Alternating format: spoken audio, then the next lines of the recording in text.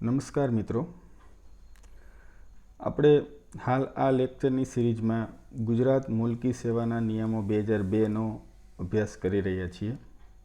Last લેક્ચરની અંદર આપણે રજાના નિયમોની અંદર પ્રકરણ 1 સામાન્ય માહિતી જે બધી હતી એના વિશે આપણે અભ્યાસ કરેલો હતો.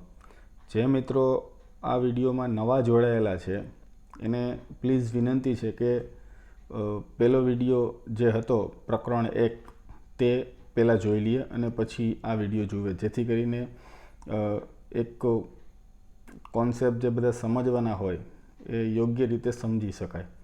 અને એ વિડીયોની લિંક હું ડિસ્ક્રિપ્શન બોક્સની અંદર મૂકી દઈશ, તો ત્યાંથી તમે જોઈ શકો છો અને સાથે સાથે તમે એની ફાઇલ પણ ડાઉનલોડ કરી શકો છો. જે મિત્રો નવા જોડાયેલા છે તે મિત્રોને ખાસ વિનંતી કે ચેનલને સબસ્ક્રાઈબ કરે. જો વિડીયો સારો લાગે તો પોતાના મિત્રો સાથે, સગા સંબંધીઓ સાથે શેર કરે. જો વિડીયો તમને ખરાબ લાગે છે, નથી ગમતો, કોઈ સુધારા છે તો તમે કોમેન્ટની અંદર લખી શકો છો, અથવા તો ડિસલાઇક કરો તો પણ એના તમે કારણ જણાવી શકો છો કે જેથી કરીને એની અંદર ભવિષ્યની અંદર બીજા આવતા વિડીયોની અંદર સુધારો કરી શકાય. આજે આપણે આ લેક્ચરની અંદર ગુજરાત મુલકી સેવાના નિયમો 2002 જે છે રજાના નિયમો, એનો પ્રકરણ 2 એની અંદર વ્યાખ્યાઓ આપેલી છે. ઘણી બધી વ્યાખ્યાઓ છે, તો બની શકે કે આ વિડીયો થોડોક લેન્ધી બની જાય, લાંબો બની જાય, તો એને લગભગ 2 કે 3 પાર્ટની અંદર હું ડિવાઈડ કરી અને આપની સમક્ષ રજૂ કરીશ. તો બહુ વધારે વાત ન કરતાં આજે આપણે આ લેક્ચર શરૂ કરીએ. રજાના નિયમો 2002 પ્રકરણ 2 એની અંદર વ્યાખ્યાની અંદર નિયમ 9 છે, કલમ નંબર 9, એની અંદર પેટા ઘણી બધી વ્યાખ્યાઓ છે. તો જોઈએ, આપણે શરૂઆત કરીએ. આ બધા નિયમો છે. ગયા લેક્ચરમાં મેં તમને કહી દીધું હતું કે ગુજરાત મુલકી સેવા રજાના નિયમો 2002 કહેવાશે. કઈ રીતના આવ્યા હતા એની પણ મેં તમને વાત કરેલી હતી કે ભારતના બંધારણના અનુચ્છેદ 309 હેઠળ રાજ્યપાલને જે સત્તા મળેલી હોય એના હેઠળ આપણું જ્યારે ગુજરાત રાજ્ય જ્યારે મુંબઈમાંથી છૂટું પડ્યું, 1 મે 1960ના રોજ અસ્તિત્વમાં આવ્યું, ત્યારે આપણી પાસે કોઈ એવા નિયમો હતા નહીં મુલકી સેવાના. તો ત્યારે આપણે મુંબઈ રાજ્યના જે નિયમો હતા, Gujarat adaptation of laws state and concurrent subjects order 1960 હેઠળ એ બધા અપનાવેલા હતા. અને ત્યારબાદ 15/11/2002થી ગુજરાત સરકારના નાણાં વિભાગે જે એક ઠરાવ જાહેરનામું જે એક બહાર પાડ્યું અને એની હેઠળ આ બધા જે નિયમો છે ગુજરાત મુલકી સેવાના નિયમો 2002 એને અંગ્રેજીની અંદર ઘડી અને પ્રસિદ્ધ કરવામાં આવ્યા. આપણે છેલ્લા લેક્ચરની અંદર પણ જોયેલું હતું. આની અંદર કુલ 8 જેટલા નિયમો આવેલા છે. એની પણ આપણે લાસ્ટ લેક્ચરની અંદર વાત કરેલી હતી, જેમાં રજાના નિયમો છે, પેન્શનના નિયમો છે, પગાર આધારિત ભથ્થાઓ છે, નોકરીની સામાન્ય શરતોના નિયમો છે, પગારના નિયમો છે, રહેણાંક મકાનોમાં વસવાટના નિયમો છે, મુસાફરી ભથ્થાના નિયમો છે, ફરજ પર જોડાવાનો સમય, રાજ્યેતર સેવા, ભારત બહાર પ્રતિનિયુક્તિ, ફરજ મોકૂફી, બરતરફી અને રૂખસદ. આ બધા 8 નિયમો એની અંદર આવેલા છે. એમાંનો એક નિયમ છે રજાના નિયમ. એના વિશે આપણે અભ્યાસ કરી રહ્યા છીએ. એક લેક્ચર આપણે એના વિશે જોઈ ગયા હતા અને આજે બીજું પ્રકરણ છે વ્યાખ્યાઓ, તો એનાથી આપણે શરૂઆત કરીએ. હવે પ્રકરણ 2ની અંદર પેલી જે વ્યાખ્યા આપેલી છે, ખરેખર મુસાફરી ખર્ચ. તો ખરેખર મુસાફરી ખર્ચ કોને કહેવાય? તો કોઈ પણ સરકારી કર્મચારી હોય, બરાબર, તો એને પોતાના ઘરના ખાનગી નોકરો અને અંગત સરસામાન જે હોય એના સહિત અન્ય સ્થળે જવા માટે વાહન વ્યવહારનું જે ખરેખર જે ખર્ચ થાય, એની અંદર પછી નૌકા ભાડું હોય, ટોલ નાકા ચૂકવતા હોય કે અન્ય કોઈ વેરો ચૂકવવાનો આવતો હોય, અથવા તો તે મુકામ સુધી પહોંચવા માટે કોઈ વસ્તુ, કોઈ સરસામાન એને સાથે લઈ જવો પડતો હોય, તો એ બધો ખર્ચ એની અંદર સમાવેશ થાય છે. પરંતુ એની અંદર જે સરકારી કર્મચારી છે એ કોઈ હોટલની અંદર રોકાયેલા હોય, કોઈ ગેસ્ટ હાઉસની અંદર રોકાયેલા હોય, કે પછી કોઈ નાસ્તો કરેલો હોય, કે જરૂરી ચીજ વસ્તુઓ હોય, વાહનોના હેરફેરના જે ચાલકો હોય એને કંઈક બક્ષિસ આપેલી હોય, બરાબર, કોઈ કાચના માલ સામાનની કોઈ તૂટફૂટ થઈ હોય, કોઈ ફર્નિચરના ઘસારા જેવી આકસ્મિક કોઈ નુકસાન થયું હોય, અથવા તો બીજો કોઈ ઘરકામ માટે રોકેલા જે વધારાના જે નોકરો હોય, તો એ બધા માટેનો જે ખર્ચ હોય તો એનો આની અંદર સમાવેશ થતો નથી. પરંતુ જે ખરેખર જે ખર્ચ થયેલો હોય એનો આની અંદર સમાવેશ થાય છે. ત્યારબાદ બીજા નંબરની વ્યાખ્યા છે ફાળવણી. ફાળવણી એટલે કે સરકાર, આપણને ખબર છે કે ઘણા બધા કર્મચારીઓને રહેણાંક માટેની સગવડ પૂરી પાડે છે. તો સરકારી માલિકીની જે અથવા તો કોઈ ભાડાપટ્ટીથી લીધેલી હોય સરકારે, અથવા તો કોઈ સરકારે કોઈ વિસ્તાર છે અધિગ્રહણ કરેલો હોય અને એની અંદર જે રહેણાંકની સગવડ પૂરી પાડવામાં આવતી હોય, તો એ બધાનો રહેણાંક તરીકે ઉપયોગ કરવા માટે જે સરકારી કર્મચારીને જે પરવાનગી આપેલી હોય, કોઈ કબજો આપેલો હોય, તો એને ફાળવણી કહેવામાં આવશે. ત્રીજું છે જોડાણ. તો જોડાણ એટલે કે આ નિયમ સાથે જે સંલગ્ન જે જોડાણ હોય એ બધાનો સમાવેશ થાય છે. પરિશિષ્ટ એટલે કે આ નિયમ સાથે સંલગ્ન જે બધા પરિશિષ્ટ હોય છે એનો આની અંદર સમાવેશ થાય છે. ત્યારબાદ જોઈએ આપણે તો 6 નંબર તાલીમી એટલે કે એપ્રેન્ટિસ છે. તો જે સરકારી નોકરીમાં રાખવાના હેતુથી અથવા તો કોઈ વ્યાપાર કે ધંધામાં તાલીમ અર્થે કોઈ સરકારની અંદર પહેલાં રાખેલો નથી, એને કોઈ વ્યક્તિને સરકારી નોકરીમાં રાખેલો નથી, પણ ભવિષ્યની અંદર જો એ યોગ્ય તાલીમ લેશે તો એને એની અંદર રાખવામાં આવશે, બરાબર. એટલા માટે થઈને એને તાલીમ માટે કોઈ જગ્યાએ તાલીમ લેવા મોકલવામાં આવે છે. તો આવી વ્યક્તિ છે એ સરકાર તરફથી માસિક દરે એને ચૂકવણી કરવામાં આવે છે, કોઈ પગારની ચૂકવણી કરવામાં આવે છે, પણ હકીકતમાં એને જે જગ્યા ઉપર રાખવામાં આવશે ભવિષ્યમાં, તો હાલમાં એ જગ્યા છે કે એ સંવર્ગની જે મૂળ જગ્યા છે તો એ હાલમાં ખાલી રહેશે, પણ ભવિષ્યમાં જો એ યોગ્ય તાલીમ લેશે તો એને એની આ નોકરીની અંદર રાખવામાં આવશે.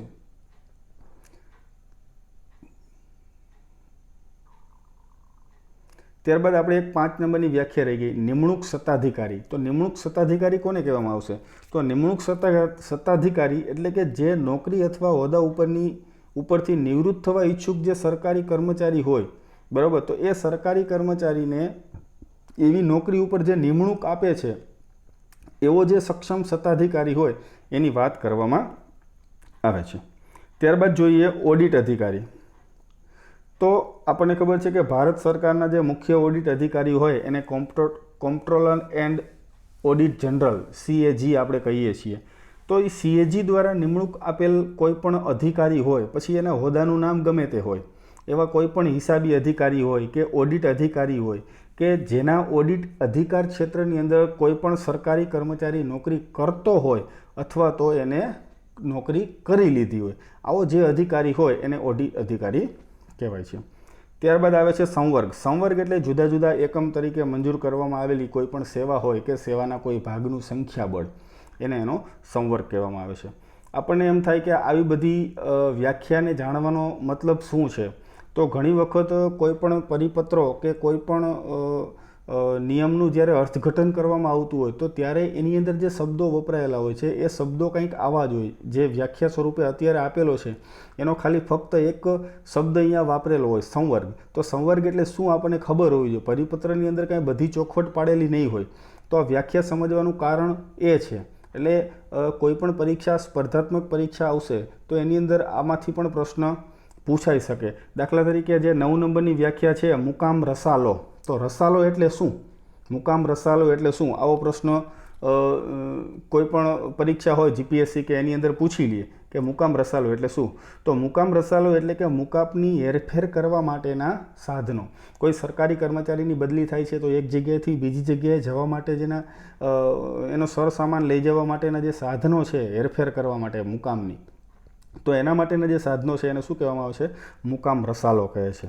અને આ મુકામ રસાલો છે એની ફેરવણી કરવા માટેના સાધનો કે વાહનો જે છે એની અંદર ફક્ત સરસામાન જે વહેવનારા જે ઊંટ હોય, બળદ હોય, ગાડા હોય, બળદ હાંકનારા વગેરે મુકામ માટેના સાધન છે એ સરંજામ ખસેડતા મજૂરો, અને કદાચ જો અહીંયા તંબુ ઊભા કરવા રોકેલા હોય તો એટલા નોકરો સિવાય બીજા કોઈનો આની અંદર સમાવેશ થતો નથી. એની અંદર કોઈ સરકારી કર્મચારી હોય, પોતાના રહેઠાણ ઉપર કોઈ પોતાના અંગત કે વધારાના નોકર રાખતા હોય તો એનો એની અંદર સમાવેશ થતો નથી. પરંતુ હકીકતમાં જે સરકારી નોકરી માટે જે જરૂરી છે એના માટે જે જરૂરી વસ્તુ હોય તો એ બધાનો એની અંદર સમાવેશ થાય છે. ત્યારબાદ છે મુકામ સરંજામ. બરાબર. તો મુકામ સરંજામ એટલે કે વસ્તુઓને ખસેડવા માટે જરૂરી જે સાધનો અને તંબુ ઊભા કરવા માટે જે આવશ્યક વસ્તુનો અથવા તો તંબુ લઈ જવા માટે અથવા તો સરકારી કર્મચારી માટે જાહેર સેવાના હિતમાં પોતાના સાથે જે પ્રવાસમાં જે જરૂરી વસ્તુઓ બધી લઈ જવી પડતી હોય છે, તો એવી બધી ચીજ વસ્તુઓને મુકામ સરંજામ કહેવામાં આવે છે. ત્યારબાદ 11 નંબર છે વર્ગ 4ની સેવા. તો વર્ગ 4ની સેવા કોને કહેવામાં આવે છે? તો સરકારે એને એક અલગ રીતે વર્ગીકૃત કરેલી છે કે જે જગ્યા પરની અથવા તો જે જગ્યાનો પગાર ધોરણનો મહત્તમ પગાર 4,000 રૂપિયાથી વધારે ન હોય તેવી બિનવર્ગીકૃત બિન રાજપત્રિત જગ્યા પરની સરકારી કર્મચારીએ અદા કરવાની નોકરી. બરાબર. સરકારે કોઈ વર્ગ 4ની નોકરી વર્ગીકૃત કરેલી હોય અથવા તો જે જગ્યા છે એનો મહત્તમ પગાર 4,000થી વધારે ન હોય તો એવી જે બિન રાજપત્રિત જગ્યા છે તો એને વર્ગ 4ની જગ્યા કહેવામાં આવે છે. એક નીચે નોંધ પણ આપેલી છે કે આ જે સેવા છે તો આ સેવાને ગુજરાત મુલકી સેવા વર્ગીકરણ અને ભરતી સામાન્ય નિયમો 1967ના નિયમ 2ના ખંડ 2 હેઠળ નિમ્ન કક્ષાની સેવા તરીકે વ્યાખ્યાયિત કરવામાં આવેલી છે. એટલે કે પ્રશ્ન પૂછી શકે કે કઈ સેવાને નિમ્ન કક્ષાની સેવા તરીકે વ્યાખ્યાયિત કરવામાં આવેલી છે, તો એની અંદર વર્ગ 4ની સેવાઓનો સમાવેશ થાય છે. ત્યારબાદ જોઈએ વળતર ભથ્થું. તો વળતર ભથ્થું એટલે કે વિશિષ્ટ સંજોગોમાં ફરજ બજાવવાના કારણે થતા આવશ્યક અંગત ખર્ચને પહોંચી વળવા માટે અપાતું ભથ્થું અને તેમાં મુસાફરી ભથ્થાનો પણ સમાવેશ થાય છે. કોઈ વિશિષ્ટ એવા સંજોગો હોય એના કારણે કોઈ વધારાની ફરજ બજાવવાની થતી હોય તો એના માટે જે ભથ્થું આપવામાં થાય એને વળતર ભથ્થું કહેવાય છે. સક્ષમ સત્તાધિકારી. તો સક્ષમ સત્તાધિકારી એટલે કે કોઈ પણ સત્તા વાપરવાના સંબંધમાં સરકાર અથવા આ નિયમો દ્વારા અથવા તે હેઠળ સત્તાની સોંપણી જેને કરવામાં આવી હોય તેવા કોઈ પણ અધિકૃત વ્યક્તિ હોય. ટૂંકમાં સરકારે અથવા તો સરકારના કોઈ કાયદા દ્વારા કે નિયમ દ્વારા જે વ્યક્તિને સત્તાની સોંપણી કરવામાં આવેલી હોય એવો જે અધિકૃત વ્યક્તિ હોય એને સક્ષમ સત્તાધિકારી કહેવામાં આવે છે. ત્યારબાદ 14 નંબરનો નિયમ છે કે ભારત સરકાર અથવા રાજ્ય સરકાર અથવા સંઘ રાજ્ય ક્ષેત્ર કેન્દ્ર શાસિત પ્રદેશ છે એના એકત્રિત ફંડની વાત કરેલી છે. તો એ કોને કહેવામાં આવે છે? તો ભારત સરકારે મેળવેલું સઘળું મહેસૂલ કે સરકારે ટ્રેઝરી બિલ દ્વારા ઊભી કરેલી તમામ લોન હોય કે લોન અથવા સાધનો પાઈ પેશગીઓ હોય એના દ્વારા ઊભી કરેલી બધી લોન અને લોનની પરત ચૂકવણી રૂપે મળતા તમામ નાણાંથી એકત્રિત સ્વરૂપે રચાતું જે ફંડ હોય એને ભારત સરકારના એકત્રિત ફંડ તરીકે ઓળખવામાં આવે છે. ટૂંકમાં સરકારની જેટલી બધી આવક છે એ બધું જે ટૂંકમાં સરકાર જે ભંડોળ એકઠું કરે છે લોન દ્વારા કે પેશગીઓ દ્વારા કે ટ્રેઝરી બિલ દ્વારા કે લોનની ચૂકવણીનો જે વ્યાજ મળે છે તો આ બધી રકમ જે છે એ ભારત સરકાર હોય કે જે તે રાજ્ય સરકાર હોય કે કેન્દ્ર સરકાર હોય એ દરેકના જે અલગ અલગ સંદર્ભે એકત્રિત ફંડ તરીકે એને ઓળખવામાં આવે છે. સંવિધાન એટલે કે ભારતનું જે સંવિધાન બંધારણ જે છે એને ભારતનું સંવિધાન કહેવામાં આવે છે. ત્યારબાદ છે વાહન ભથ્થું. તો કોઈ જગ્યાએ આપણને ખબર છે કે જવા માટે કોઈ અસાધારણ પ્રવાસ હોય બરાબર, તો એની અંદર ફરજના પાલન સ્વરૂપે પ્રવાસ પાછળ સંભવિત ખર્ચ થતો હોય છે અને આ ખર્ચને અનુલક્ષીને જેનો પગાર નિયત કરવામાં આવ્યો ન હોય તો તેવા સરકારી કર્મચારીને મંજૂર કરવામાં આવતું જે ભથ્થું હોય એને વાહન ભથ્થું કહેવામાં આવે છે. ત્યારબાદ છે 17 નંબર. તો પ્રથમ નિમણૂકની તારીખ. આપણને ખબર છે કે કોઈ વ્યક્તિ કોઈ નોકરીની અંદર દાખલ થતો હોય તો એની જે પ્રથમ વખત જ્યાં નિમણૂક થતી હોય એ જ્યારે ફરજ સંભાળવા માટે જતા હોય એ તારીખને એની પ્રથમ નિમણૂકની તારીખ કહેવામાં આવે છે. જો આ તારીખ ઘણી વખત વહેલી હોય કે કોઈ પછી કોઈ કર્મચારીએ રજા મૂકેલી હોય તો એના માટેની ગણતરી એવી છે કે પેન્શન માટે જે ગણતરીમાં લેવામાં આવતી કોઈ ફરજ હોય પેન્શન પાત્ર નોકરી, જે આપણે પેન્શનના નિયમો જ્યારે ભણીશું ત્યારે એની અંદર આપણે વધારે ડિટેલની અંદર જોશું કે પેન્શન પાત્ર નોકરી કોને કહેવામાં આવે છે. પેન્શન આપવા માટે સરકારી કર્મચારીની નોકરી જોવાની થતી હોય છે.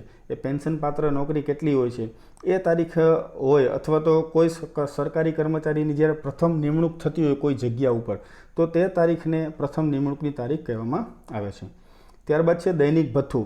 તો દૈનિક ભથ્થું એટલે કે મુખ્ય મથકે ગેરહાજરી બદલ તેવી ગેરહાજરીના પરિણામે તેણે કરેલ સામાન્ય દૈનિક ખર્ચને પહોંચી વળવા માટે સરકારી કર્મચારીને આપવામાં આવતું પ્રતિદિનનું ભથ્થું. રોજે રોજ જે સરકારી કર્મચારીને પોતાની ગેરહાજરી બદલ પણ સામાન્ય દૈનિક ખર્ચને પહોંચી વળવા માટે જે પ્રતિદિન ભથ્થું આપવામાં આવે છે એને દૈનિક ભથ્થું કહે છે. આ નિયમની અંદર દિવસની ગણતરી કઈ રીતના કરવામાં આવે છે? તો દિવસની ગણતરી મધ્યરાત્રિથી શરૂ થઈ એના પછીની બીજી મધ્યરાત્રિએ પૂરો થતો સમયગાળો, એટલે કે રાતના 12 વાગી જાય પછી 12 ને 1 ત્યારથી દિવસની શરૂઆત થઈ ફરી પાછા રાતના 12 વાગે ત્યારે એક દિવસ પૂરો થયો એમ આપણે કહી શકાય. 20 નંબરમાં છે મૃત્યુ સહ નિવૃત્તિ અને ગ્રેજ્યુએટી. તો પેન્શનના નિયમો જ્યારે ભણશું ત્યારે એની અંદર ગ્રેજ્યુએટી કોને કહેવાય, નિવૃત્તિ કોને કહેવાય, બરાબર. નિવૃત્તિઓના પણ ઘણા બધા પ્રકાર છે, તો એના વિશે આપણે જોશું. એટલે કે ગુજરાત મુલકી સેવા પેન્શન નિયમો 2002ના નિયમ 81 હેઠળ ચૂકવવામાં આવતી રકમ, પેન્શનના જે નિયમો છે એ પેન્શનના નિયમો હેઠળ જે રકમ ચૂકવવામાં આવે છે એના 81માં નિયમની અંદર, તો એ મુજબની ગણતરી આમાં ધ્યાને લેવામાં આવશે. ત્યારબાદ છે પેન્શન અને પ્રોવિડન્ટ ફંડ નિયામક. તો એ કોને કહેવામાં આવશે? એટલે કે પેન્શન અને પ્રોવિડન્ટ ફંડ નિયામક અથવા તો તેઓ વતી જે ફરજ બજાવે છે અથવા તો એ કાર્ય બજાવવા માટે સમાયોજિત અધિકૃત જે કરવામાં આવેલા અન્ય અધિકારી હોય એનો પણ એની અંદર સમાવેશ થાય છે. પ્લસ બીજી વસ્તુ કે વર્ગ 4ના જે કર્મચારીઓ છે એના અંગેના નિવૃત્તિના જે લાભો મંજૂર કરનાર જે જિલ્લા સહાયક નિરીક્ષકનો સમાવેશ પણ એની અંદર થાય છે. એટલે કે વર્ગ 3 અને 3થી ઉપરના જે કર્મચારીઓ હોય, વર્ગ 1, 2, 3 અને એનીથી ઉપરના જે કર્મચારીઓ હોય એ બધા માટે નિયામક દ્વારા પેન્શન અને પ્રોવિડન્ટ ફંડની ચકાસણીને બધું થતું હોય છે, બરાબર. પેન્શન મંજૂર ને અંતે બધું થતું હોય છે. જ્યારે વર્ગ 4ના કર્મચારીઓ હોય તો એના માટે જિલ્લા સહાયક નિરીક્ષકનો એની અંદર પેન્શન મંજૂર કરવાનો અને એ બધો એની અંદર સમાવેશ થતો હોય છે.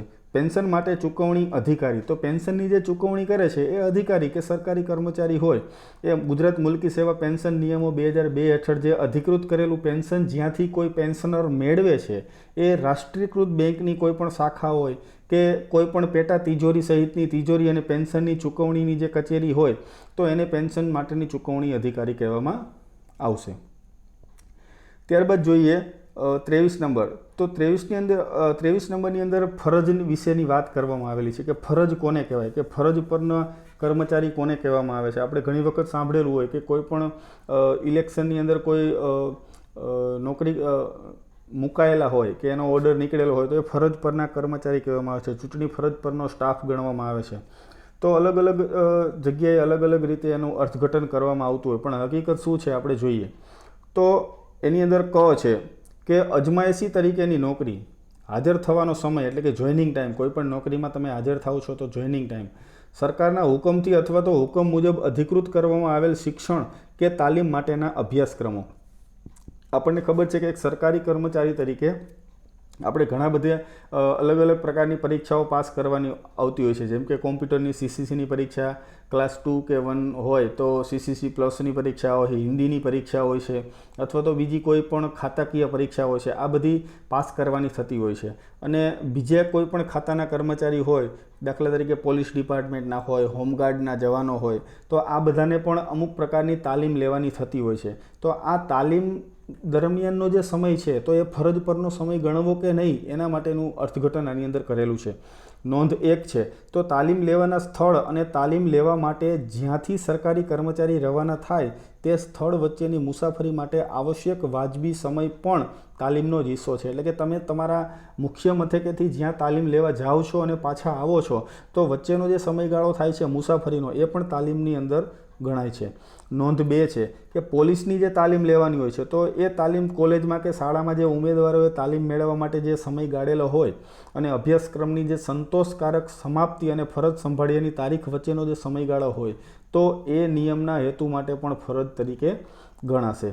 નોંધ 3 છે કે નશાબંધી અને આબકારી ખાતાના ઉમેદવાર જે બધા છે તો એને પણ તાલીમ માટે જે સમય પસાર કરેલો હોય તેમજ અભ્યાસક્રમની જે સમાપ્તિ સફળતાપૂર્વક કરેલી હોય અને ફરજ સંભાળે ત્યાં સુધીનો એ તારીખ વચ્ચેનો જે સમયગાળો છે તો એને પણ ફરજનો સમય તરીકે ગણવામાં આવશે. નોંધ 4 છે તો તાલીમની સમાપ્તિ બાદ જો એક કે વધુ જાહેર રજા આવતી હોય, ઘણી વખત એવું બને કે તાલીમ પૂરી થાય ને પાછળ એક્ઝેક્ટ એના પછીના દિવસે રજા આવતી હોય, એક કરતાં વધારે દિવસની રજા આવતી હોય, તો ત્યારે શું ગણવાનું? તો ત્યારે એ તાલીમના સમયગાળાની અંદર એ જાહેર રજાનો સમય છે એ વધારવામાં આવે છે. મતલબ કે તમારી રજા નહીં ગણાય પણ એ તાલીમનો સમય છે એ ફરજ તરીકેનો તમારો સમય છે એમ ગણવામાં આવશે. પણ ઘણી વખત એવું પણ બનતું હોય છે કે કોઈ પણ કર્મચારી છે, બરાબર, તો એ કર્મચારીને અગાઉથી રજા લીધેલી હોય અથવા તો પાછળથી રજા લીધેલી હોય, તાલીમ પછી રજા લેવાની હોય કે અગાઉથી રજા લીધેલી હોય, તો એના વિશે પણ આપણે જોઈએ. પણ પહેલાં આપણે એક ઘ જોઈ લઈએ. સરકારે નિયત કરેલી ભાષાની પરીક્ષામાં ઉપસ્થિત થવા સરકારી કર્મચારીને પરવાનગી આપવામાં આવેલ હોય તો એ પરીક્ષામાં ઉપસ્થિત થવા માટે પણ એને ફરજ પરના કર્મચારી ગણવામાં આવશે. કોઈ પણ ફરજિયાત ખાતાકીય પરીક્ષા પાસ કરવાની હોય, ઉપસ્થિત એની અંદર થવાનું હોય તો એને પણ ફરજ પર ગણવામાં આવશે. જાહેર સેવાની કોઈ પણ શાખામાં ઉચ્ચ હોદ્દા માટે પાત્રતા મેળવવા માટે સરકારી કર્મચારીએ આ સવલત આપવામાં આવતી હોય છે. પણ આ જે સવલત છે એ દરેક કર્મચારીઓને ફક્ત ને ફક્ત મેક્સિમમ 2 કિસ્સાની અંદર આપવામાં આવે છે. 2થી વધુ કિસ્સામાં આપવામાં આવશે નહીં. બરાબર. કોઈ પણ પરીક્ષા માટે તમે જાઓ છો તો બે કિસ્સાની અંદર તમને આનો લાભ આપવામાં આવશે. હવે આ નોંધ છે કે પરીક્ષાની તરત પહેલાં કર્મચારીએ રજા લીધેલી હોય, દાખલા તરીકે એને કોઈ પરીક્ષા ચાલુ થવાની છે, એના એક્ઝેક્ટ આગલા દિવસે એને રજા લીધેલી હોય તો પરીક્ષા પૂરી થઈ ગયા પછી તારીખ પછીની તારીખથી રજાનો પ્રારંભ થયેલો ગણાશે. દાખલા તરીકે કોઈ કર્મચારીએ 2 તારીખે રજા લીધેલી છે અને એને 3 તારીખે પરીક્ષા શરૂ થાય છે. 5 દિવસની પરીક્ષા હોય તો 8 તારીખે એને પરીક્ષા પૂરી થતી હોય તો 9 તારીખથી એની રજા શરૂઆત થશે. પરંતુ કોઈ કર્મચારી રજા ઉપર ઓલરેડી હોય અને એ દરમિયાન કે રજા એની પૂરી થઈ ગયા બાદ તરત જ બીજા દિવસે એને પરીક્ષામાં ઉપસ્થિત થાય છે તો એવા કિસ્સાની અંદર પરીક્ષાના સ્થળે જવા અને ત્યાંથી પરત આવવા માટે જે ભોગવેલ આવશ્યક સમય સહિત પરીક્ષામાં બેસવા માટે જરૂરી સમય ફરજ તરીકે ગણાશે નહીં. બરાબર. ઓલરેડી અગાઉથી રજા ઉપર હોય અથવા તો પરીક્ષા પૂરી થાય અને તરત જ એની રજા શરૂ થતી હોય તો આને છે એ ફરજ તરીકે ગણવામાં આવશે નહીં. ત્યારબાદ છે નીચેના કિસ્સાઓમાં સરકારી કર્મચારીને જ્યારે નિમણૂકના આદેશના અભાવે નિમણૂકનો આદેશ મળે નહીં. બરાબર. જ્યારે કોઈ કર્મચારીની બદલી થઈ છે પરંતુ એનો આદેશ આપેલો નથી, એને આદેશ જેને છે મળવો જોઈએ એ મળેલો નથી, ત્યાં સુધી એને ફરજિયાત રાહ જોવી પડે છે. તો એવા સમયગાળાની અંદર શું કરવું? તો બદલીની જગ્યાએ હાજર થવા માટેનો જે સમય છે, ટ્રાન્ઝિટમાં જે બદલીના હુકમો જે મુલતવી રાખવામાં આવે કે રદ કરવામાં આવે કે સુધારવામાં આવે. ઘણી વખત એવું બને બદલીનો આદેશ થઈ ગયો હોય અને ફરીથી એ જ્યારે એક જગ્યાએથી બીજી જગ્યાએ જ્યારે બદલી થઈને જતા હોય છે ત્યારે રસ્તાની અંદર પણ એવું બનતું હોય કે આદેશ છે એ મુલતવી રાખેલો હોય કે ટેમ્પરરી સસ્પેન્ડ કરે, આદેશને પોસ્ટપોન કરી નાખે કે આદેશને રદ કરવામાં આવે, સુધારવામાં આવે, અથવા તો રજા કે પ્રતિનિયુક્તિ પરથી પાછા ફરતા કે અથવા તો ધારણ કરેલી જગ્યા જ હાવ નાબૂદ થઈ ગયો એવું પણ બની શકે. કોઈ એક કર્મચારીને એક જગ્યાએથી બીજી જગ્યાએ કામગીરી ફેરફારની અંદર મૂકેલા હોય છે, ત્યાંથી એ પરત ફરે ત્યારે એની મૂળ જગ્યા જ હાવ નાબૂદ થઈ ગઈ હોય તો નિમણૂકના આદેશની ફરજિયાત એને પ્રતીક્ષા કરવી પડે કે બીજી એની કઈ જગ્યાએ એને નિમણૂક આપવી. તો આવા બધા સંજોગોની અંદર પણ ફરજ પરના કર્મચારી એને ગણવામાં આવતા હોઈએ છે.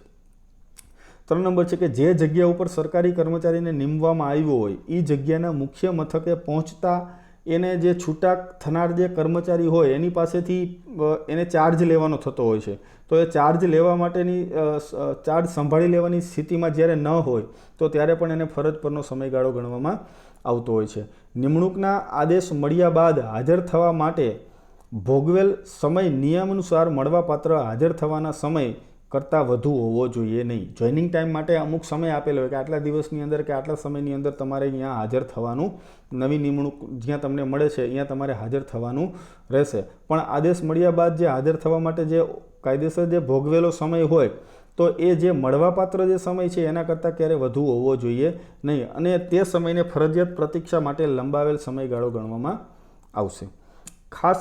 ખાસ કે બીજી ફરજ ઉપર કોઈ સરકારી કર્મચારીને તત્પૂરતા ટાઈમ પર રોકેલા હોય તો એ તારીખથી હવાલો સંભાળે તે તારીખ વચ્ચેનો જે સમયગાળો હોય, પરંતુ તે ફરજ પર જોડાવાનો સમય સરકારી કર્મચારીને મળવાપાત્ર હાજર થવાના સમય કરતાં પણ વધવો જોઈએ નહીં. ટૂંકમાં કહેવાનો મતલબ એટલો છે કે તમને જે સમય મળે છે હાજર થવા માટે એક જગ્યાએથી બીજી જગ્યાએ તમારી જ્યારે બદલી થાય ત્યારે તમને હાજર થવા માટેનો જે સમય મળે છે એ એટલો સમયગાળો છે એ તમે ફરજ પરનો સમયગાળો તમારો ગણી શકો. પણ એના કરતાં જો તમે વધારે સમય લ્યો, તમને 2 દિવસમાં હાજર થવાનું કીધું હોય અને તમે 3 દિવસ લ્યો તો 3 દિવસ ફરજ તમારી ગણાય નહીં. 2 દિવસ તમારી ફરજ ગણી શકાય. ત્યારબાદ છે સરકારી કર્મચારીએ નીચે દર્શાવેલ તાલીમ માટેનો જે સમય ગાળેલો હોય તો એના માટે શું ગણવું? તો પ્રાદેશિક સેના વિનિયમો 1948 હેઠળ ઘડેલા નિયમો હેઠળ લશ્કરી સેવામાં કે પ્રશિક્ષણના વાર્ષિક તાલીમ અભ્યાસક્રમમાં ગાળેલી જે મુદત હોય, સરકારી કર્મચારીના કચેરીના જે વડાની મંજૂરીથી ગૃહરક્ષક દળની તાલીમ કે ગૃહરક્ષક દળની ફરજ અંગેની કોઈ તાલીમ હોય, નેશનલ કેડેટ કોર્પ્સ એટલે કે એનસીસીના નિયમો પ્રમાણે તાલીમમાં કે શિબિરની અંદર કે કેમ્પની અંદર ગાળેલ મુદત તેમજ નિયમિત કમાન્ડિંગ ઓફિસરની ગેરહાજરી દરમિયાન એકમોનો અવેજી હવેલો ધરાવનાર સરકારી કર્મચારી હોય તેવા નેશનલ કેડેટ કોર્પ્સ અધિકારીઓ સિનિયર વિભાગ એ ગાળેલી છૂટી વેકેશનની જે મુદત હોય તે બોય સ્કાઉટ શિબિરની તાલીમમાં નોંધ. તો આ ફરજ માટે મુસાફરી કે રોકાણ ભથ્થું મળવાપાત્ર નથી. તો ઉપરના જે બધા છે એની અંદર ફરજ પરનો સમયગાળો ગણવામાં આવતો હોય છે. ત્યારબાદ છે પોતાની કે જાહેર હિતની ફરજો અદા કરતી વેળાએ જાણમાં આવેલ હોય તેવી હકીકતો સંબંધે પુરાવો આપવા માટે દીવાની દાવામાં સરકારી દસ્તાવેજો રજૂ કરવા માટે ફોજદારી કે દીવાની કાયદાની અદાલતોમાં અથવા લશ્કરી અદાલતે અથવા કોઈ કાયદા હેઠળ સંસ્થાપિત સત્તામંડળે કોઈ સરકારી કર્મચારીને બોલાવ્યો એટલે કે સમન્સ પાઠવેલું હોય તો ત્યારે તેણે એ સમય જે ગાળેલો સમય હોય એ ફરજ પરનો ગણાશે. ઘણી વખત એવું બનતું હોય કે કોઈ જૂના કેસ હોય અને જે તે વખતે જે કોઈ વ્યક્તિ હોય કર્મચારી હોય એ નિવૃત્ત થઈ ગયો તો એની પાછળના જે કર્મચારી હોય એને અદાલત છે સમન્સ મોકલતું હોય છે. તો ત્યારે એ કર્મચારીને અદાલતની અંદર એ સરકારી દસ્તાવેજો રજૂ કરવા કે કોઈ પણ કારણોસર અદાલતની અંદર જવાનું થતું હોય છે. તો ત્યારે એ સમયગાળો છે એ કર્મચારીનો ફરજ પરનો સમય ગણાશે. ત્યારબાદ છે ગુજરાત રાજ્યના વિવિધ વિશ્વવિદ્યાલયો યુનિવર્સિટીઓ હોય એની અંદરના જે સરકારી કર્મચારી છે તો એને હોદ્દાની રૂએ અથવા સરકારી પ્રતિનિધિ તરીકે કે કોલેજના આચાર્ય જેવા પોતાના સત્તાવાર હોદ્દાની રૂએ અને અભ્યાસ સમિતિની બોર્ડ ઓફ સ્ટડીઝ મિટિંગમાં હાજર રહેવા માટે અથવા તો સંસ્થાઓ પરત્વે કામકાજ અંગે જે સમય ગાળેલો હોય તો એને ફરજ પરનો સમય ગણવામાં આવતો હોય છે. ત્યારબાદ છે 24મું મળતર. મળતર એટલે કે પગાર. આપણે કોઈ પણ સરકારી કર્મચારી હોય તો એને એની ફરજના બદલામાં પગાર મળતો હોય છે. તો આ ફરજના બદલામાં જે એને મહેનતાણું મળે છે એને પગાર કહેવામાં આવે છે. અને એ છે ભારત કે રાજ્ય, કોઈ પણ રાજ્ય હોય કે સંઘ શાસિત પ્રદેશ હોય, કેન્દ્ર શાસિત પ્રદેશ હોય તો એની જે એકત્રિત નિધિ હોય એની અંદરથી જે ચૂકવણી થતી હોય અને સરકારી કર્મચારીને જે માસિક પગાર અને ભથ્થાના નિયત જે વધારાના રૂપમાં કોઈ જગ્યામાં અધિકૃત મહેનતાણાના ભાગ તરીકે જો ચૂકવણી અથવા તો ફી મળતી હોય તો જે તે નિયમો હેઠળ રાખી શકે તેટલો જ ફીનો જે હિસ્સો હોય એને મળતર તરીકે ગણવામાં આવે છે. બીજું કોઈ વધારાનું ભથ્થું કે આ છે નિયમ બહારનું જે મળતું હોય એને મળતર તરીકે ગણવામાં આવશે નહીં. ત્યારબાદ છે મુસાફરી ભથ્થું છે, ગણવેશ ભથ્થું છે, પોશાકી ભથ્થું છે, સવલત ભથ્થું, ખાસ સવલત ભથ્થું, ઘોડા અને જીનના સાજ સામાન માટેની ગ્રાન્ટ અને એકરૂપ ગ્રાન્ટ સિવાયના ભારત અથવા રાજ્ય કે સંઘ રાજ્ય ક્ષેત્રના એકત્રિત ફંડમાંથી ચૂકવવામાં આવતા વળતર ભથ્થા એની અંદર પણ મળતરની અંદર એનો સમાવેશ થાય છે. નીચે દર્શાવ્યા સિવાયના પેન્શન અને પેન્શન સમકક્ષ મૃત્યુ સહ નિવૃત્તિ ગ્રેજ્યુએટી એટલે કે ગુજરાત મુલકી સેવા પેન્શન નિયમો 2002 છે એની જોગવાઈ હેઠળ ઘા અથવા તો ઈજાનું પેન્શન હોય અને કુટુંબ પેન્શન હોય. કામદાર વળતર અધિનિયમ 1923 હેઠળ પ્રાપ્ત કરેલ વળતર હોય. નોંધ: પેન્શન શબ્દનો અર્થ શું થશે તો પેન્શનના ભાગનું રૂપાંતર કર્યા પહેલાંનું પૂરું પેન્શન થાય છે. બરાબર. પેન્શન જ્યારે આપણે ભણીશું, અભ્યાસ કરીશું પેન્શન વિશેનો ત્યારે પેન્શનની અંદર વિસ્તૃત માહિતી આપણે લેશું. પેન્શનની અંદર તમે પેન્શનને રૂપાંતરિત પણ કરી શકો છો. ઘણી વખત એવું હોય કે જે વ્યક્તિને પેન્શન મળવાનું હોય દર મહિને એનું એ રોકડમાં રૂપાંતર પણ કરાવી શકતા હોય છે. અમુક એના નિયમ મુજબ કરાવી શકતા હોય છે. તો એ રૂપાંતર કર્યા પહેલાંનું જે પેન્શન હોય એને પૂરું પેન્શન કહેવામાં એ પૂરા પેન્શનની આની અંદર વાત કરેલી છે. અહીંયા જે વાત કરેલી છે તેની વાત કરેલી છે. ત્યારબાદ ઘણી વખત એવું થતું હોય કે ફરજ મોકૂફ કરેલા હોય, કોઈ વ્યક્તિને સસ્પેન્ડ કરેલા હોય છે તો ફરજ મોકૂફી હેઠળ હોય તેવા અને તેને જીવન નિર્વાહ ભથ્થું મળતું હોય તો એવા સરકારી કર્મચારીના કિસ્સામાં પણ નિર્વાહ ભથ્થાની રકમ કઈ રીતના ગણવી. તો પરંતુ જો આવા સરકારી કર્મચારીને પાછળથી ફરજ મોકૂફીનો જે સમયગાળો છે એના માટે પગાર આકારવાની મંજૂરી આપવામાં આવે.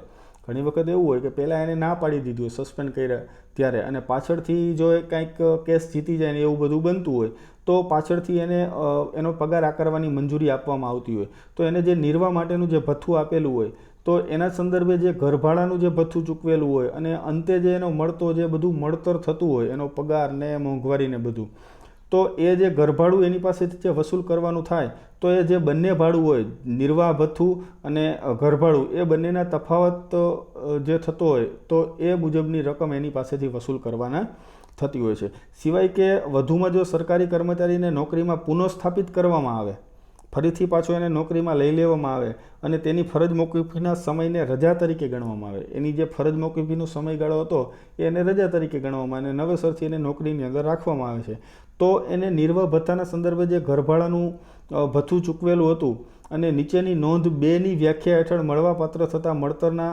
સંદર્ભમાં જે ઘરભાડું ચૂકવવામાં થાય તે બંને ભાડા વચ્ચેના તફાવત જેટલી રકમ તેની પાસેથી પાછી લેવામાં આવે છે, એટલે કે એની પાસેથી પાછી લઈ લેવામાં, વસૂલ કરી લેવામાં આવે છે. એ નોંધ કઈ કઈ છે? તો નોંધ નંબર 1ની અંદર શું છે? તો કે રાષ્ટ્રપતિના પોલીસ અને જે ફાયર સર્વિસીસના જે મેડલ હોય, બરાબર, તો પોલીસ મેડલ હોય અથવા તો Indian order of merit, Param Vir Chakra હોય, મહાવીર ચક્ર હોય, વીર ચક્ર હોય, તો એની સાથે જે સંકળાયેલા જે ભથ્થા છે એનો સમાવેશ મળતરની અંદર થતો નથી. એ એક વિશિષ્ટ પ્રકારના મેડલ છે, તો એમાં જે અલગ પ્રકારના જે મળતર એને મળતા હોય છે એનો સમાવેશ આની અંદર થતો નથી. આ નોંધ 2 છે. તો રજા ઉપરના સરકારી કર્મચારીના જે મળતર હોય, એટલે કે કર્મચારીએ રજા ઉપર જતા પૂર્વે જે એના રજા ઉપર કોઈ કર્મચારી જાય છે તો એના પહેલાં જે પૂરા અંગ્રેજી માસની ફરજ દરમિયાન જે એને મળતર મેળવેલું હોય એની ગણતરી એની અંદર થાય છે. ત્યારબાદ છે કાર્યપાલક ઇજનેર, એટલે કે વિવિધ પ્રકારના જે સરકારી રહેણાંકના જે મકાનોનો જે હવાલો સંભાળતા હોય, એટલે કે રસ્તા અને મકાન વિભાગના જે અધિકારી હોય અને તેમાં સરકારે ગુજરાત મુલકી સેવા સરકારી રહેઠાણના મકાનોમાં વસવાટ નિયમો 2002 હેઠળ જે અન્ય કોઈ અધિકારીને સદરહુ સત્તા સોંપેલી હોય તો એનો પણ એની અંદર સમાવેશ થાય છે. ત્યારબાદ કુટુંબ, તો કુટુંબ એટલે કે કુટુંબની અંદર યથાપ્રસંગ સરકારી કર્મચારીની સાથે જો એની પત્ની રહેતી હોય અથવા તો કોઈ પત્ની નોકરી કરતી હોય તો એનો પતિ હોય અને તેની સાથે રહેતા અને સર્વથા એના ઉપર આધારિત ઓરસ કે સાવકા બાળકો, ઓરસ એટલે કે એના પોતાના બાળકો અને સાવકા એટલે કે બીજાના કોઈના હોય, બીજી વખત લગ્ન કરેલા હોય અને જે અગાઉના જે બાળક હોય એને સાવકા બાળકો કહેવામાં આવે છે અને ઓરસ એટલે કે પોતાના જ બાળકો.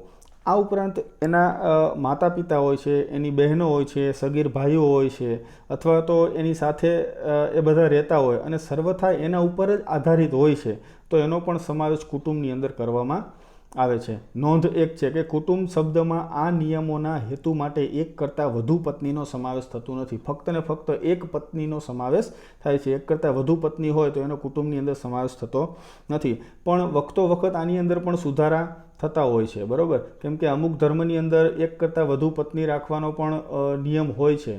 તો વખતો વખત જે સરકારી નિયમો બહાર પાડીને જે સુધારા કરવામાં આવતા હોય એ મુજબ સુધારાને ધ્યાને લેવામાં આવતા હોય છે. નોંધ 2 છે કે સરકારી કર્મચારીના અંગત કાયદા હેઠળ ઘણી વખત કોઈ ધર્મની અંદર એવું પણ હોય કે જે કોઈ પણ દત્તક વિધિ હેઠળ જે બાળકને દત્તક લેવામાં આવે છે તો એ પણ ઘણી વખત કાયદેસર ગણવામાં આવતું હોય. તો દત્તક બાળકને પણ જો ઓરસ બાળકનો એટલે કે પોતાના બાળકનો જો દરજ્જો પ્રાપ્ત થતો હોય તો તેણે દત્તક લીધેલા જે બાળક છે એને કાયદેસર ઓરસ બાળક ગણવામાં આવતું હોય છે.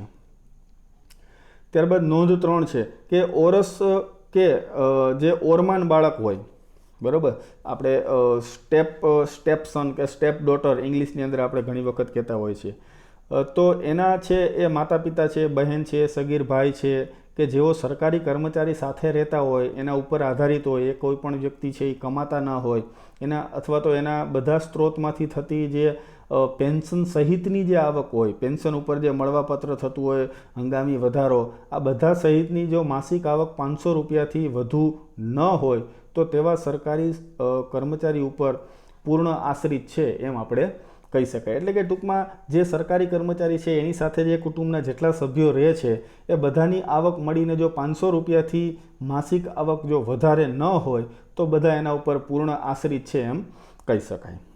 ત્યારબાદ છે ફી. તો ફી એટલે કે કેન્દ્રના અથવા તો રાજ્યના કે સંઘ શાસિત પ્રદેશના એકત્રિત ફંડ સિવાયના બીજા કોઈ સ્ત્રોત દ્વારા સરકારી કર્મચારીને બારોબાર પરભારી કે સરકારની મધ્યસ્થી દ્વારા આડકતરી રીતે મેળવેલ આવર્તક કે અનાવર્તક ચૂકવણી છે એની અંદર પણ નીચેની રકમનો એની અંદર સમાવેશ થતો નથી. કઈ કઈ રકમનો એની અંદર સમાવેશ ફીમાં નથી થતો? તો મિલકતોમાંથી જે આવક પ્રાપ્ત થાય છે અથવા તો ડિવિડન્ડ છે કે જામીનગીરી છે, એના ઉપર જે વ્યાજ એને મળતું હોય તો એ બધી આવકનો એની અંદર સમાવેશ થતો નથી. પછી જે સરકારી કર્મચારી છે એને નોકરી દરમિયાન પ્રાપ્ત કરેલ કોઈ જ્ઞાન દ્વારા એને સહાયરૂપ બનતી ન હોય એવી કોઈ સાહિત્યક, સાંસ્કૃતિક કે કલાત્મક કે વિજ્ઞાન કે કોઈ ટેકનોલોજી સંબંધિત જે પ્રવૃત્તિમાંથી જે આવક થાય એનો પણ એની અંદર સમાવેશ થતો નથી. ત્યારબાદ નોંધ 1 છે કે ગુજરાત કાયદા અધિકારી નિમણૂક અને સેવાની શરતો નિયમો 1965 હેઠળ એકત્રિત ફંડમાંથી ચૂકવવામાં આવતી ફીને ઉપરોક્ત વ્યાખ્યા છે એ લાગુ પડતી નથી. ગુજરાતના જે કાયદા અધિકારી છે તો એના હેઠળ જે એને એકત્રિત ફંડમાંથી જે ચૂકવણી કરવામાં આવે છે તો એની ફીનો આની અંદર સમાવેશ થતો નથી. ત્યારબાદ નોંધ 2 છે કે સરકારી વિભાગ છે એ કોઈ બિનસરકારી સંગઠન વતી કોઈ કામ હાથ ધરે અને વળી એ કાર્ય હેતુ માટે કોઈ યોગ્ય અધિકારીને સોંપે તો એ કાર્ય પૂરું કરવા માટે ખાતાને જે રકમ મળેલી હોય તો પ્રથમ તબક્કે એ સરકારી મહેસૂલનો હિસ્સો છે, બરાબર. અને ત્યારબાદ જે તે સંબંધિત અધિકારીને કરવામાં આવેલી જે ચૂકવણી હોય એ સરકારના એકત્રિત ફંડમાંથી કરવામાં આવેલી ગણાશે અને તે કારણે તેનું વર્ગીકરણ છે એ માનદ વેતન તરીકે ગણવામાં આવશે, પણ એને ફી તરીકે ગણવામાં આવશે નહીં. ત્યારબાદ છે પ્રથમ નિમણૂક. પ્રથમ નિમણૂક એટલે કે વ્યક્તિ અગાઉ કોઈ સરકારી નિમણૂક ઉપર રહી ચૂકેલા હોય પરંતુ જ્યારે એને નિમણૂક મળે છે ત્યારે કોઈ પણ સરકારી નોકરી ધરાવતી ન હોય એવી વ્યક્તિને શું કહેવામાં આવે છે? પ્રથમ નિમણૂક કહેવામાં આવે છે. એવી જે જગ્યા હોય એના ઉપર જેની નિમણૂક થાય, ટૂંકમાં એની નિમણૂક જ્યારે થાય છે ત્યારે ભલે એને ભૂતકાળની અંદર કોઈ સરકારી નોકરી કરેલી હોય પણ હાલમાં કોઈ પણ પ્રકારની સરકારી નોકરી કરતા નથી તો એવી જે નોકરી ધરાવતી જે વ્યક્તિ છે એની પ્રથમ નિમણૂક કહેવામાં આવશે. ત્યારબાદ છે 29 નંબરમાં ફ્લેટ રેટ રેન્ટ. તો સરકારી કર્મચારી પાસેથી અધિકૃત રહેઠાણની સવલત માટે ઉચ્ચક માસિક દરે ચૂકવવાનું જે ભાડું હોય એ ગુજરાત મુલકી સેવા સરકારી રહેઠાણના મકાનોમાં વસવાટના જે નિયમો છે 2002 એના નિયમ 18 દ્વારા જે નક્કી કરેલી હોય અને એની અંદર વખતો વખત જે સુધારા કરવામાં આવેલા હોય એના હેઠળ જે એને માસિક ભાડાની જે દર ચૂકવવામાં આવે છે એને ફ્લેટ રેટ રેન્ટ કહેવામાં આવે છે. ત્યારબાદ છે રાજ્યેતર સેવાઓ. તો રાજ્યેતર સેવા એટલે કે સરકારી કર્મચારી જે નોકરી માટે કેન્દ્રના અથવા તો રાજ્યના કે કોઈ પણ યુનિયન ટેરેટરીના એકત્રિત ફંડ સિવાયના સ્ત્રોત દ્વારા સરકારની મંજૂરી હેઠળનો જો પગાર મેળવતો હોય તો એવી બધી જે સેવા છે એ બધી સેવાને રાજ્યેતર સેવા કહેવામાં આવે છે. નમૂનો એટલે કે આ નિયમો જે બધા છે એની સાથે જે નમૂના જોડેલા હોય છે એ બધા નમૂનાની વાત કરેલી છે. ત્યારબાદ 32 નંબર છે રાજ્યપત્રિત સરકારી કર્મચારી. તો રાજ્યપત્રિત સરકારી કર્મચારી એટલે જે અખિલ ભારતીય કે રાજ્ય સેવાના સભ્ય અથવા તો કરાર કે શરતો હેઠળ જેની નિમણૂક કરવામાં આવેલી હોય તો આવી જેની નિમણૂક છે એ રાજપત્રની અંદર પ્રસિદ્ધ કરવામાં આવતી હોય છે તો એવી વ્યક્તિને રાજપત્રિત સરકારી કર્મચારી કહેવામાં આવે છે. પરંતુ કોઈ નિમ્ન કક્ષાની મુલકી સેવાના સભ્યો હોય કે જેમની નિમણૂક કોઈ ખાતાના વડા દ્વારા કરવામાં આવતી હોય અને પછી એને રાજપત્રિત કરવામાં આવતી હોય તો એને બિન રાજપત્રિત કર્મચારી કહેવામાં આવે છે. ન્યાય વિષયક બાબતો જે હોય એની અંદર જે અદાલત છે એ પણ ધ્યાને લે એના માટે વિવિધ અધિનિયમો હેઠળ સરકારી કર્મચારીઓને કોઈ જાહેરનામા દ્વારા કોઈ ફરજ કે સત્તા સોંપવામાં આવેલી હોય છે તો સરકારી કર્મચારીઓ છે આ પેટા વિનિમયના અર્થઘટન માટે રાજપત્રિત સરકારી કર્મચારીની સત્તા પ્રાપ્ત કરતા નથી. કોઈ એને નિયમ દ્વારા વધારાની સત્તા આપેલી હોય તો એને રાજપત્રિત સરકારી કર્મચારી કહેવામાં આવશે નહીં, પણ જે નોકરી માટે થઈને એની જે નિમણૂક છે એ રાજપત્રની અંદર પ્રસિદ્ધ કરવામાં આવેલી હોય તો એને રાજપત્રિત સરકારી કર્મચારી કહેવામાં આવશે. પરંતુ આ ખંડમાંની જે શરતો છે એનું પાલન ન થતું હોય તો પણ સરકાર છે આદેશ દ્વારા એની અંદર જે હેતુઓ એને દર્શાવેલા હોય એની અંદર કોઈ પણ કક્ષાના સરકારી કર્મચારીને રાજ્યપત્રિત સરકારી કર્મચારી તરીકે ગણી શકે છે. સરકાર ટૂંકમાં શરતોનું જે પાલન થતું ન હોય તો પણ સરકાર એના આદેશ દ્વારા કોઈ પણ કક્ષાના સરકારી કર્મચારી હોય એને રાજપત્રિત સરકારી કર્મચારી તરીકે એને ગણી શકે છે. આની અંદર અપવાદ પણ આવેલો હોય છે કે જેની નિમણૂક છે એ ખાતાઓના વડા અથવા તો તાબાની કચેરીના વડા દ્વારા વર્ગ 2ની સેવાઓ કે જગ્યા ઉપર કરવામાં આવી હોય અને તેવી નિમણૂક રાજપત્રની અંદર પ્રસિદ્ધ ન થઈ હોય તો એવા અધિકારીઓને રાજપત્રિત સરકારી કર્મચારી ગણવામાં આવતા હોય છે. ઘણી વખત વર્ગ 2ના જે કર્મચારીઓ હોય તો એની નિમણૂક કરવામાં આવતી હોય છે, ખાતાના વડા દ્વારા કરવામાં આવતી હોય કે તાબાની કચેરીના જે વડા હોય એના દ્વારા કરવામાં આવતી હોય, તો એની પણ નિમણૂક છે રાજપત્રની અંદર પ્રસિદ્ધ ન થઈ હોય તો આવા અધિકારીઓને પણ રાજપત્રિત કર્મચારી, સરકારી કર્મચારી ગણવામાં આવશે, અપવાદ સ્વરૂપે ગણાતો હોય છે. ત્યારબાદ છે 33 નંબરનું સરકાર. સરકાર એટલે કે કોઈ પણ કરવામાં આવેલું અથવા તો કોઈ પણ કાર્ય કરવામાં આવશે એની બાબતના કે વિષયમાં એના સંદર્ભથી વિરુદ્ધ ન હોય તો એ ગુજરાત સરકાર. બરાબર, આપણે ગુજરાતની વાત કરી છે એટલા માટે. ટૂંકમાં વિપક્ષ ન હોય, જે શાસક પક્ષ હોય એને સરકાર કહેવામાં આવશે. ત્યારબાદ છે ખાતાના વડા. તો આ શબ્દોની અંદર પરિશિષ્ટ 2ની અંદર જે અધિકારીઓ પૈકી જેને ખાતાના વડા તરીકે જેને નિયુક્ત જાહેર કરવામાં આવેલા છે એ બધા અધિકારીઓ તેમજ સરકાર દ્વારા જે વખતો વખત ખાતાના વડા તરીકે જેને પસંદ કરવામાં કે જાહેર કરવામાં આવે એ બધાનો સમાવેશ ખાતાના વડામાં થાય છે. ત્યારબાદ છે કચેરીના વડા. તો કચેરીના વડા એટલે કે સરકારે જાહેર કરેલા હોય તેવા રાજપત્રિત અધિકારી અને તેમાં કચેરીના વડા તરીકે જેને સક્ષમ સત્તાધિકારી, આપણે લાસ્ટ લેક્ચરની અંદર પણ જોયું હતું સક્ષમ સત્તાધિકારી કોને કોને સોંપેલા હોય, મેં તમને પરિશિષ્ટ 1 મુજબ બતાવેલા હતા. તો એના આદેશ દ્વારા જે નિર્દિષ્ટ કરેલા હોય એવા બીજા કોઈ અધિકૃત સત્તાધિકારી હોય તો એવા વ્યક્તિનો સમાવેશ પણ કચેરીના વડાની અંદર થતો હોય છે. ત્યારબાદ છે મુખ્ય મથક. તમે જે જગ્યાએ નોકરી કરો છો એ કર્મચારીની નિમણૂક જે જગ્યાએ કોઈ અધિકારી છે એના દ્વારા કે કોઈ સક્ષમ સત્તાધિકારી દ્વારા જે કર્મચારીનું જાહેર કરવામાં આવેલું કે જાહેર થનાર હોય એવું કોઈ પણ મથક કે સ્થળ હોય, અથવા તો આવા જાહેરનામાના અભાવે સામાન્યતઃ જ્યાં કર્મચારીનું દફતર એટલે કે એનો જે રેકોર્ડ રાખવામાં આવતો હોય એ સ્થળને મુખ્ય મથક કહેવામાં આવશે. જાહેર રજા એટલે કે વટાવખત અધિનિયમ 1881 હેઠળ ઠરાવેલી અગર જાહેર કરેલી રજા, કોઈ જાહેર રજા હોય અને કોઈ સરકારી કચેરી છે એના સંબંધમાં સરકારે અથવા તો કોઈ વિધિસર સ્થાપિત સત્તા છે એને રાજપત્રની અંદર જાહેરનામું પ્રસિદ્ધ કરી અને અથવા તો બીજી રીતે તેવી કચેરીને કોઈ શરત કે અપવાદ વગર સરકારી કામકાજ માટે જે દિવસ પૂરતી બંધ રાખવાનો હુકમ આપ્યો હોય એ દિવસને જાહેર રજા કહેવામાં આવે છે. તમને એવો પણ પ્રશ્ન પૂછી શકે કે જાહેર રજા છે એ કયા અધિનિયમ હેઠળ ઠરાવેલી કે જાહેર કરેલી જાહેર રજા છે? તો વટાવખત અધિનિયમ 1881. આ આપણને ખબર હોવી જોઈએ. ત્યારબાદ છે માનદ વેતન. તો માનદ વેતન એટલે કે કેન્દ્ર અથવા તો રાજ્ય કે કોઈ પણ યુનિયન ટેરેટરીઝ હોય તો એના એકત્રિત ફંડમાંથી સરકારી કર્મચારીને પ્રાસંગિક પ્રકારના વિશિષ્ટ કાર્ય માટે જે મહેનતાણા તરીકે જે મંજૂર કરવામાં આવતી જે રકમ છે કે જે ચૂકવણી છે એને શું કહેવામાં આવે છે? માનદ વેતન કહેવામાં આવે છે. ત્યારબાદ જોઈએ આપણે ઘરભાડા ભથ્થું. એટલે કે જે સ્થળોએ ઘરભાડું ઊંચું હોય તો ત્યાં ઘરભાડું ચૂકવવા માટે અથવા તો કોઈ નિઃશુલ્ક મફત રહેઠાણની સુવિધાના બદલામાં જે માસિક જે ભથ્થું આપવામાં આવે એને ઘરભાડા ભથ્થું કહેવામાં આવે છે. જોઈનિંગ ટાઈમ એટલે કે હાજર થવાનો સમય. કોઈ પણ ફરજ ઉપર, કોઈ પણ નોકરી ઉપર તમે હાજર થાવ છો તો જ્યારે સરકારી કર્મચારી હોય એ નવી જગ્યાએ જોડાવા માટે કે હાજર થવા માટે અથવા તો જે સ્થળે નિમણૂક થઈ હોય એ સ્થળે જવા અથવા તો ત્યાંથી આવવા માટે જે સમય એને આપવામાં આવે છે એને એનો જોઈનિંગ ટાઈમ કહેવામાં આવે છે. ત્યારબાદ છે રજા. તો રજા એટલે કે ગુજરાત મુલકી સેવા રજાના નિયમો 2002 હેઠળ સક્ષમ સત્તાધિકારીએ ફરજ ઉપરથી ગેરહાજર રહેવા માટેની જે મંજૂરી આપેલી હોય એને એની રજા કહેવામાં આવે છે. રજાનો પગાર એટલે કે સરકારી કર્મચારી રજા ઉપર હોય ત્યારે તેને સરકાર દ્વારા જે ચૂકવવામાં જે આવતી હોય માસિક રકમ એને રજાનો પગાર કહેવામાં આવે છે. ધારણાધિકાર એટલે કે પોતે જે મૂળ જે જગ્યાએ નિમાયો હોય એવી કાયમી કે મુદતી જગ્યા સહિતની જગ્યાનો તરત જ અથવા તો ગેરહાજરીના કોઈ ગાળા કે ગાળાઓ પૂરા થયે સ્થાયી રીતે ધારણ કરવાનો સરકારી કર્મચારીનો જે હક છે એને ધારણાધિકાર કહેવામાં આવે છે. ટૂંકમાં ફૂલ પગારમાં જ્યારે આવી જતો હોય છે ત્યારે એ ધારણાધિકાર કહેવાનો હક હોય છે. ત્યારબાદ છે 44 નંબર સ્થાનિક વળતર ભથ્થું.